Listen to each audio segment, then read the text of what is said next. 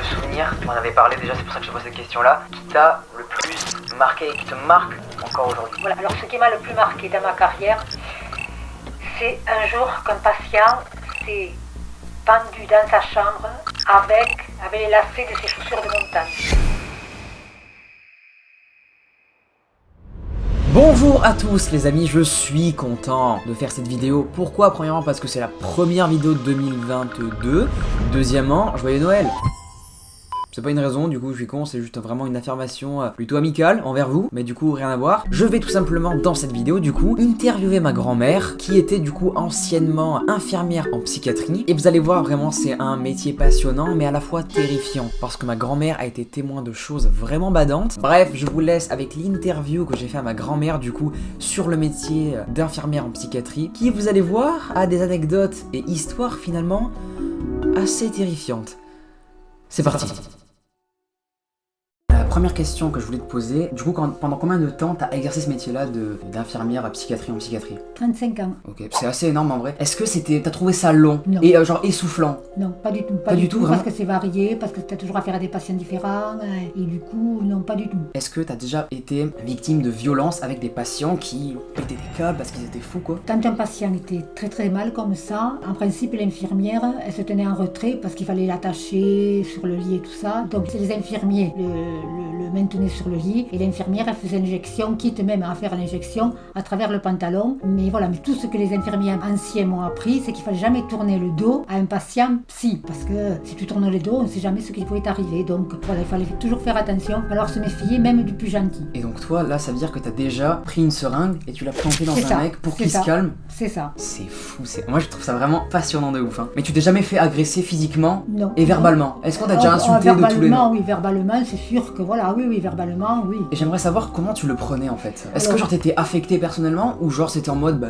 c'est bon, c'est pas des fous, mais genre c'est différent en fait. Quand un mec t'agresse dans la rue parce qu'il est pas fou et juste qu'il a envie de t'insulter que un fou, c'est ça? Bah, en fait, c'est ton métier. Donc ton métier, ça veut dire que tu sais que tu as affaire à des patients comme ça, que si voilà, pour X raison ils pètent un câble, voilà, c'est que ils sont mal, mais malgré tout, il fallait toujours se faire respecter parce que eux c'était le patient et nous c'était les soignants. Donc il fallait toujours, quoi qu'il en soit, les tenir à distance, mettre une barrière parce que voilà, on n'a pas à être européen, on n'a pas à être méchant, on est des professionnels face à la maladie mentale. Donc ouais, c'était quand même assez fermé, tout ce qui était sentiments, tu montrais pas tes sentiments, non, tu montrais jamais que t'avais peur quoi. Voilà, alors des fois on a eu, par contre là aussi, ce qui m'affectait beaucoup, c'est qu'on avait des jeunes du même âge que mes enfants, donc il y avait X raison d'être là. Quel âge à peu près ils avaient? Ils avaient 18, 20 ans, donc voilà, c'est vrai que je me disais, voilà, t'as de la chance d'avoir des enfants bien dans leur tête, voilà. Et souvent c'était quoi? Pourquoi ils étaient là? C'était juste parce qu'ils étaient fous? Parce qu'ils avaient une maladie mentale qu'on appelle la schizophrénie, et du coup c'est des maladies qui arrivent à peu près à 20 ans, voilà, ça remue les tripes quoi qu'il en soit. Et du coup, mais attends, la schizophrénie c'est une maladie qui se provoque à 20 ans, c'est ça? Mais comment elle en vient à arriver? Alors voilà, alors on dit des fois que c'est le milieu familial, que c'est voilà, des fois des antécédents, c'est une fragilité, c'est sûr aussi, et puis des fois ça vient aussi de l'abus de la drogue. C'est pour ça que la drogue c'est le truc qui dévaste le plus. C'est la grosse merde, voilà, parce qu'elle te bouffe les neurones. Après mamie, j'avais une autre question à te poser, bon là qui est un peu plus hard, on va dire, c'est quoi le souvenir, tu m'en avais parlé déjà, c'est pour ça que je te pose cette question là, qui t'a le plus marqué et qui te marque encore aujourd'hui? Voilà, alors ce qui m'a le plus marqué dans ma carrière, c'est un jour qu'un patient s'est pendu dans sa chambre avec les lacets de ses chaussures de montagne, donc au vasistas de la fenêtre. Donc j'ai toujours l'image de ce patient dans ma tête, et voilà, ça vraiment c'est une chose qui m'a beaucoup marqué, tout en sachant que voilà, il y a des fois il y avait des passages à l'acte. Tu l'as vu en fait ce mec là? Exactement. Tu l'as vu, genre tu l'as pas vu le faire, mais tu l'as vu après qu'il soit... Après, c'est ça, après, parce qu'on est rentré dans sa chambre, on l'a trouvé comme ça. Donc, et pourquoi il avait fait ça? C'était quoi son problème à lui? Il était dépressif et peut-être qu'on n'a pas mesuré, voilà, qu'on n'a peut-être pas assez surveillé. Voilà, après tu dois, ouais c'est vrai, un peu t'en vouloir, mais pas tellement parce que c'est pas totalement ta faute. C'est au moment où tu ne s'y attends le moins de toute façon, quoi qu'il en soit. Beaucoup c'était dans la nuit qui passaient par la fenêtre de leur chambre, pourtant on venait de faire la ronde de 5 minutes avant, mais bon voilà, fois. Certains qui prenaient des médocs, pourtant on les fouillait à l'arrivée, mais il y a des patients qui se faisaient procurer par leur famille. Donc Ah, carrément, il y avait des familles qui rendaient visite et qui donnaient de la... et qui donnaient aussi, voilà, parce que le patient leur mentait, leur disait que nous, les infirmières, on leur donnait pas les médicaments qu'il fallait. Donc du coup, ils s'en faisaient porter, et puis voilà, ils les avalaient tous à la fois. Mais vraiment, le plus terrible, c'est celui-là, et voilà. Là, j'ai toujours le devant mes yeux. D'accord, ok, donc t'as l'image, c'est horrible vraiment. Mais j'ai une autre question aussi, mamie. Tu m'avais raconté aussi qu'un jour t'avais entendu un gros boom, et ce boom c'était quoi du coup? Voilà, ce boom, c'était quelqu'un qui était passé par la fenêtre de sa chambre, donc qui était à l'étage, et en bas de sa fenêtre, il y avait des jardinières, ouais. Oui, des jardinières en ciment, tout ça, un gros boom, et voilà, donc ce jeune, il était passé par la fenêtre. Mais ça, tu l'as pas vu, donc tu veux pas avoir l'image. Voilà, c'est-à-dire on est allé le relever après, oui. Ah oui, d'accord. Ah oui, si. Ah oui, mais bon, c'est peut-être moins pire que le reste, quoi. On est allé le relever, on a appelé les pompiers, tout ça, bien sûr. Il a pas survécu. Si, il a survécu. survécu. Il a survécu, sauf que sur un fauteuil. Oh putain, ouais. Voilà, Mais parce qu'il s'est pété au niveau du cervical, ça je ne me souviens pas exactement. il a sauté de combien d'étages à peu près? Mais que du premier, sauf qu'il est tombé sur un truc en ciment, donc il s'est pété, voilà. Hein. Et du coup, il avait quoi comme problème lui? C'était... Ah lui aussi, c'était un gros dépressif, mais en même temps qui le montrait pas trop, quoi. Enfin, qui disait pas, bon, ce soir je vais me suicider, quoi. Non, qui le montrait pas trop. Et justement, il y a beaucoup de patients qui l'ont fait justement au moment où ils étaient le mieux. Aussi, ce qui m'est arrivé une fois, un patient qui me demande de sortir. Bon, il était autorisé à sortir, donc il n'y a pas de souci. Je lui ouvre la porte, tout ça, et puis il est allé se jeter au Salat. Là aussi. Au Salat, c'est un lac?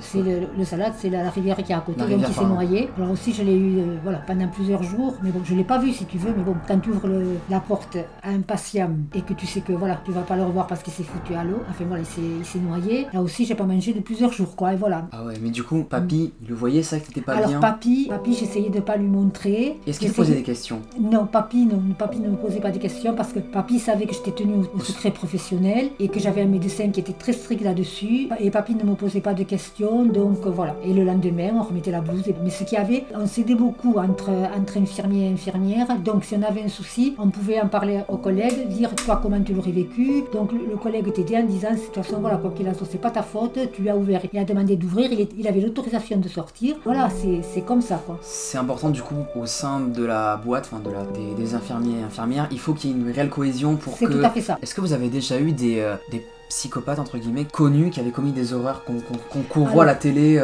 Dans mon service, c'est sûr, j'ai eu un monsieur qui avait tué sa maman. D'accord, ok. Ouais. Et comment, En fait, pour quelle raison? C'est quoi l'histoire? Et il racontait que voilà, ils étaient tous les deux, et bien il sait pas ce qu'il lui a pris, il l'a tué.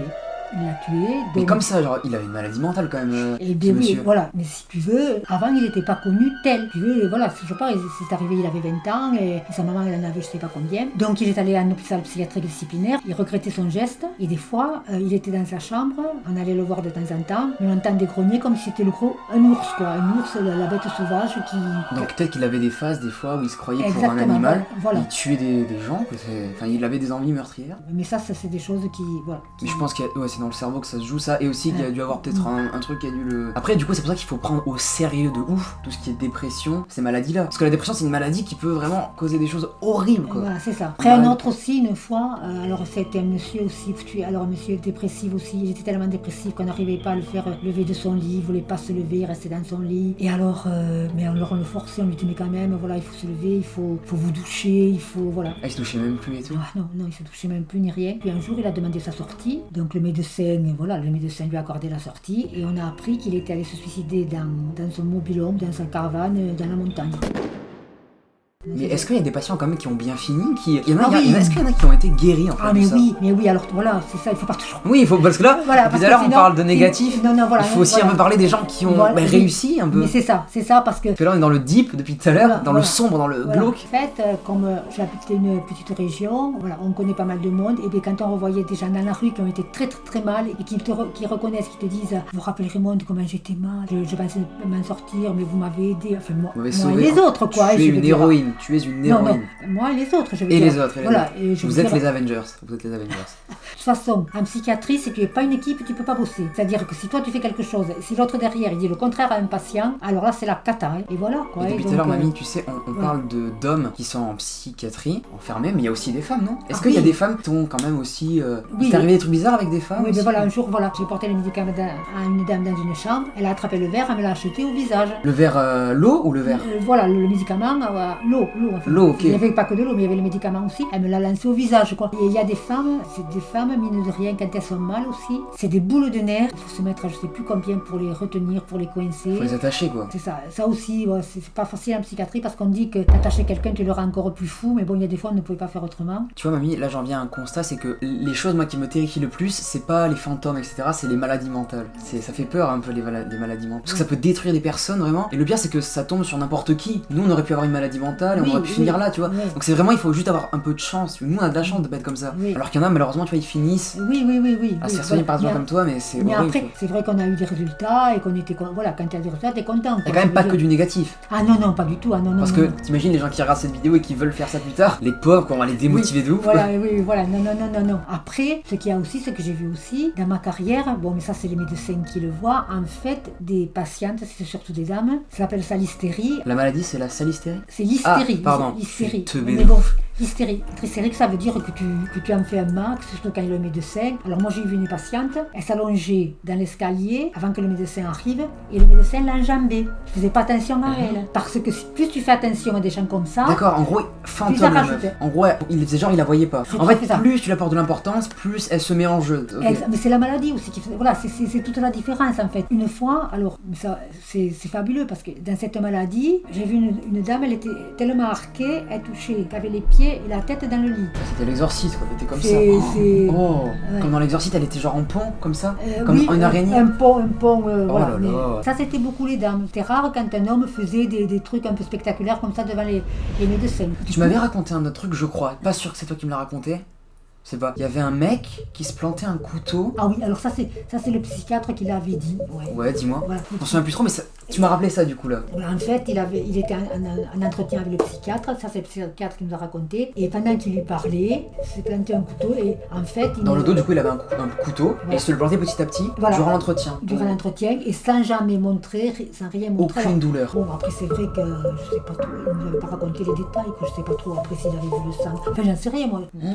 Est-ce que t'as eu envie d'arrêter le métier un jour? Eh bien non, ça m'est pas venu à l'idée, non. Même pas une fois, t'as pas dit, oh là c'est bon, c'est trop. C'est un métier qu'il faut aimer, et puis... Faut être passionné avant tout, parce que sinon tu peux pas. Ouais. Mais du coup, t'étais passionné par quoi, toi, en fait? C'était quoi qui te passionnait dans ce métier, en fait, concrètement, pour finir un peu? T'étais attiré par quoi, en fait? Genre, c'est quoi tous les matins qui te motivait à te lever, tu vois? Parce que quand même, il y a un côté quand même assez déprimant, un peu, de ce métier. Oui, mais bon, je me disais, quoi qu'il en soit, voilà, il y a des gens qui ont besoin de toi, donc il faut être plus forte pour eux, et voilà, quoi. C'est incroyable, hein. Vraiment, là, on dirait que t'es une héroïne de super-héros, de Marvel. Voilà. Non, faut pas le prendre comme ça. Je dis ça a été mon métier, que j'ai beaucoup aimé, et tu l'aimes pas. Mais quoi que j'en sache, toutes les infirmières elles aiment leur métier, même si ces infirmières, voilà, et en chirurgie, des infirmières comme ma reine. Si tu n'aimes pas ton métier, je veux dire, il faut pas faire ce métier, quoi.